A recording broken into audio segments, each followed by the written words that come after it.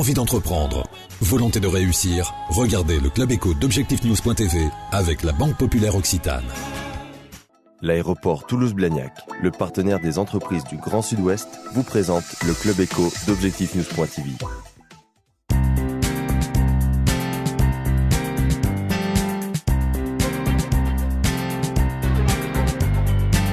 Bonsoir et bienvenue dans le Club Éco d'Objectifnews.tv. Nous avons le plaisir de recevoir ce soir Monsieur Alain Dutan. Bonjour. Bonsoir. Bonsoir. Vous êtes le conseiller en charge de la coopération internationale au sein de l'agence Adour-Garonne. Pour commencer, est-ce que vous pouvez nous présenter cette agence justement? Quel est son rôle? Quelles sont ses missions? Et quelques exemples peut-être d'actions concrètes dans le Grand Sud-Ouest. Bon, donc l'agence, c'est avant tout un pôle d'incitation, de concertation. On est en charge de mettre en œuvre la politique de l'eau publique, bien sûr, sur un territoire qui fait le 5e de la France. C'est tout le Grand Sud-Ouest, donc Midi-Pyrénées-Aquitaine en totalité, et des parties de Languedoc-Roussillon, Limousin, Auvergne, Poitou-Charentes. Donc un grand territoire. Concrètement, qui sont vos interlocuteurs et quelles sont vos missions? Alors, les interlocuteurs, c'est tout le monde. Les élus, régionaux, départementaux, les maires, tous les usagers de l'eau, les industriels, les agriculteurs, les écologistes, les pêcheurs, et puis les services de l'État. Voilà, donc c'est l'ensemble du grand public, l'ensemble des acteurs de l'eau. D'accord. Votre rôle est finalement presque celui d'un chef d'orchestre, de coordonner un petit peu tout, tout ça. On essaye, un chef d'orchestre. D'accord. En quoi est-ce que l'eau est un enjeu majeur, stratégique pour le Grand Sud-Ouest? Alors bon, c'est sûr que c'est un enjeu majeur, c'est pas forcément aussi dramatique quelquefois que dans des pays, on parlera peut-être tout à l'heure de certains pays du Sud, mais sur le bassin Adour-Garonne, qui est un bassin rural, on a quand même véritablement, on le voit en ce moment, des problèmes quelquefois de sécheresse, qui sont un peu récurrents et de plus en plus fréquents, des problèmes de pollution qui sont en voie quand même de résorption, et puis on se préoccupe aussi du milieu aquatique. D'accord. Alors, est-ce que vous avez quelques exemples peut-être concrets à nous présenter d'actions qui ont été entreprises récemment? Écoutez, on est ici à l'aéroport de Blagnac.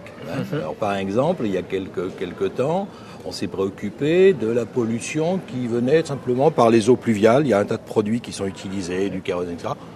Toutes ces eaux étaient polluées, donc il y a eu une action qui a été menée de récupérer toutes ces eaux, de les traiter, de les recycler. D'accord. Alors je crois que le 9 décembre prochain, vous avez un grand rendez-vous sur Bordeaux. Vous pouvez nous le présenter? Alors, il faut savoir que depuis 2005, il y a une loi qui permet aux agences de l'eau d'avoir une action internationale et d'aider, comme les collectivités d'ailleurs maintenant, les pays du Sud dans le domaine de l'eau et de l'assainissement. Donc, on est en train de préparer, là, c'est le 9 décembre, vendredi prochain à Bordeaux, en partenariat avec la ville de Bordeaux. On va d'abord s'interroger sur ce qui est fait depuis 2005, est-ce que c'est bien efficace? Est-ce qu'il n'y a pas d'autres pays qui ont d'autres idées dont on pourrait s'inspirer? Voir aussi, parce qu'il y a toujours une inquiétude des élus en disant cet argent qu'on sollicite, est-ce qu'il est bien utilisé? Et puis une préoccupation pour nous importante, c'est cette problématique des bidonvilles. On a 1 milliard de personnes actuellement dans les bidonvilles, il y en aura 2 milliards en 2030, 3 milliards en 2050, donc il faut vraiment s'en préoccuper dès maintenant. D'accord. Combien de personnes vont participer à cet événement et quel type de profil? On attend 300 personnes pour le colloque lui-même, à peu près, 300 personnes, et se poursuit par une soirée débat qui aura lieu juste après, à 19h, qui sera sur la géopolitique de l'eau, des défis, des promesses, qui sera animée par le directeur de l'INERIS, Pascal Boniface, et présidé par Alain Juppé. D'accord. Ça, dans la géopolitique. C'est un préambule finalement, une réunion préparatoire au Forum mondial de l'eau qui aura lieu en 2012. Exactement. Ce grand forum mondial qui aura lieu à Marseille. Pour donner une idée, celui d'Istanbul, il y a 3 ans, il y a eu 25 000 ou 27 000 personnes qui étaient passées, une grosse manifestation. Et nous, notre colloque de Bordeaux va être l'occasion en fait de commencer à construire le message que la France, mais aussi le Grand Sud-Ouest, va pouvoir porter à justement ce colloque. Quelles idées on va essayer de faire passer au niveau mondial ensuite. Est-ce que les grandes lignes, cela dit, de ce message sont déjà connues, pas encore? Grande ligne, on a déjà quelques pistes. L'une, c'est de dire ce 1%, puisqu'il y a une loi qui permet aux collectivités, aux agences de consacrer 1% de leurs ressources à la solidarité.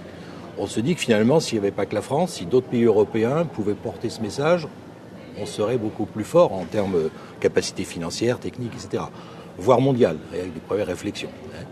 Deuxième chose, c'est aussi de promouvoir la gestion de l'eau par bassin. Alors nous, en France, on sait le faire depuis 1964.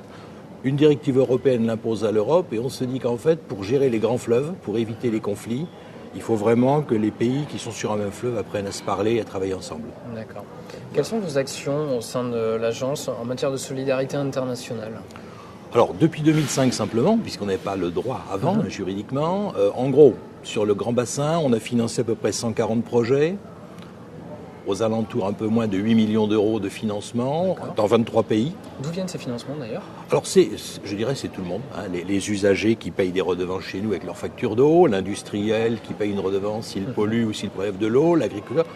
Tout cet argent qui vient dans les caisses de l'agence, on peut en consacrer 1% à des actions vers les pays du Sud de la solidarité. Quelques exemples que vous pourriez nous citer ? Alors sur le bassin, par exemple actuellement, la ville de Toulouse est en train de réfléchir à une coopération avec la Palestine, avec la ville de Ramallah. On a également, avec Saint-Louis du Sénégal, il y a une liaison naturelle entre Toulouse et Saint-Louis, une action qui va se développer, le Grand Toulouse aussi, et puis beaucoup de villes, grandes ou petites, de Midi-Pyrénées, mais d'Aquitaine. Le but étant de faire plus connaître cette loi aussi. Parce qu'on voit qu'une étude récente, là, à peu près un tiers simplement des élus la connaissent. Donc on va essayer avec ce colloque aussi de diffuser le message. Vous pouvez vous aussi faire de la collectivité, de la solidarité sans être une grande ville forcément. D'accord. Et que peut-on faire justement ? C'est favoriser l'accès à l'eau, favoriser l'assainissement ? Alors c'est dans un premier temps vers les pays, on intervient beaucoup vers le Sahel, le Sahel francophone, le pourtour méditerranéen, on le voit bien, quoi. D'abord les gens veulent de l'eau. C'est une problématique très différente évidemment que l'on rencontre. Voilà, ils veulent de l'eau et puis il faut aussi ensuite, quand on a l'eau, s'occuper de l'assainissement. Il faut bien, je donne un seul chiffre. Actuellement, dans les pays d'Afrique, 1 lit sur 2 dans les hôpitaux est occupé par des gens qui ont des maladies hydriques. Vous voyez l'importance du problème. Donc si on arrive à en partie résumer, réduire plutôt tous ces problèmes, on va quand même améliorer la santé, permettre aux femmes d'avoir un peu plus de temps, au lieu de faire des corvées d'eau pour faire des petites cultures vivrières, les fillettes pouvoir aller à l'école. Voilà, c'est tout un cycle qui est vertueux qui va s'engager à ce moment-là. Alain Dutemps, merci. Voilà, merci. Et merci de nous avoir suivis sur objectivenews.tv.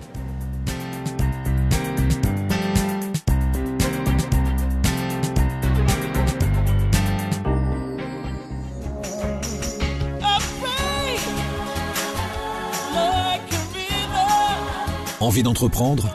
Volonté de réussir ? C'était le Club Éco d'objectivenews.tv avec la Banque Populaire Occitane. L'aéroport Toulouse-Blagnac, le partenaire des entreprises du Grand Sud-Ouest, vous présente le Club Éco d'objectivenews.tv.